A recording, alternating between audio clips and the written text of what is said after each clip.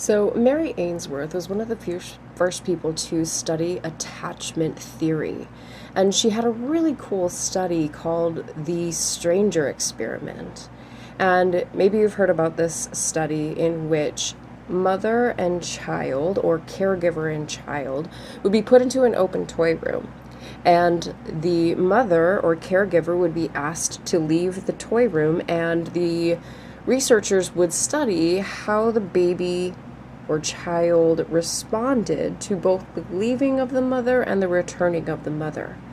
And she was the first to discover that a securely attached child will get upset when the mother leaves, and then will seek her out when she returns, get comfort from her, and then return to playing in the toy room. And this child will also frequently look back to see if mother is paying attention, if they're safe.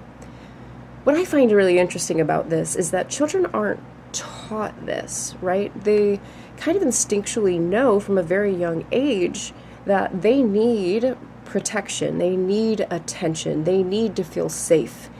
And a lot of us didn't get a secure attachment style. According to the studies, approximately 50% of children are secure, and the other 50% are anxious, avoidant, or some combination of the two. So the way I see it, we actually need to emulate the qualities of a secure attachment style in order to be securely attached. But how do we do that? If we didn't have a secure caregiver, we may not even know what a secure relationship looks like, which is what attachment theory is all about.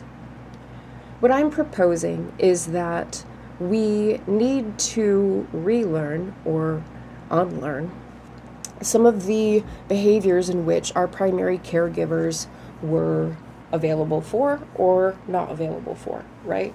And so, how do we do this, right? So,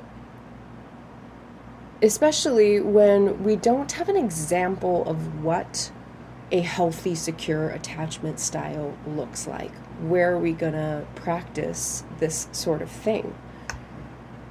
This is why we need a place or a community where people who are being intentional about being a good caregiver is extremely important. We might be able to get this from therapy, or we get new friends in life, but practicing the skills of being attentive, nurturing somebody when they're feeling down, giving them words of affirmation or kindness when they're upset, allows people to explore the world in a safe and healthy way.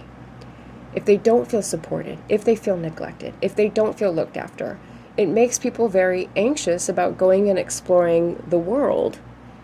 So I have developed a program called Adult Kindergarten that aids us in first becoming how to be a loving caregiver, yes, for someone else, and then eventually we learn those skills in order to do our own caregiving. Sometimes it's a lot easier for us to be kind to other people and less kind to ourselves because we were programmed with scripts from our primary caregiver that may not have been kind or loving or supportive.